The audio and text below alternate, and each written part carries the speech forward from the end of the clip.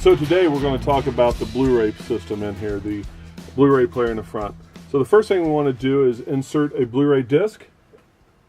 So we want to open the player, insert our disc, close the door, and once we do that, the Blu-ray would start playing. As you can see here on the TV, we're not on the right source. So I want to hit the source button on my remote, and I want to select HDMI 1.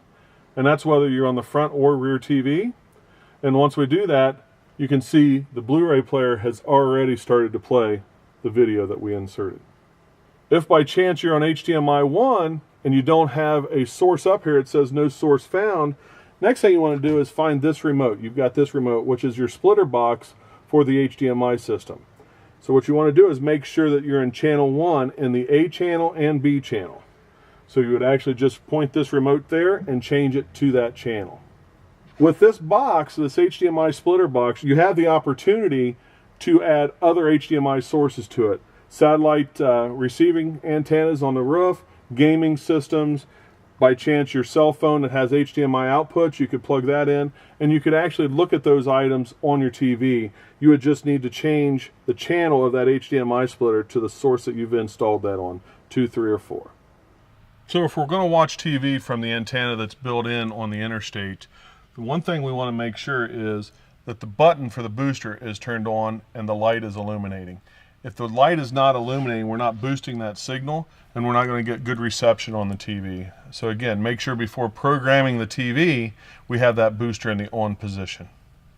On the Airstream, we also have a remote switch in the overhead cabinet above the driver's area for headphones.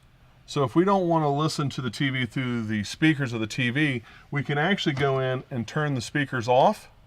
And then once we turn those speakers off, we have 2 ports for headphones. The one headphone jack is located directly behind the driver's seat on the wall.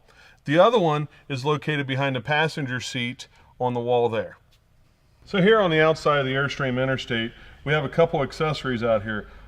First one here is our 110 outlets, so we could hook a TV up or a 120 volt appliance.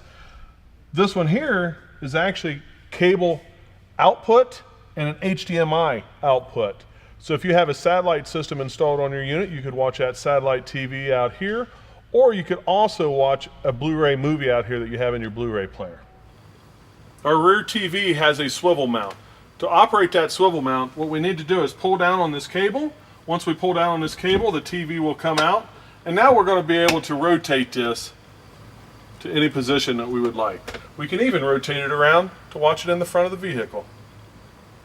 If we're having problems with our front or rear TV not operating and we're plugged in or our inverter's on, what I want to do is the first thing is check this outlet here. That's on the inverted circuit.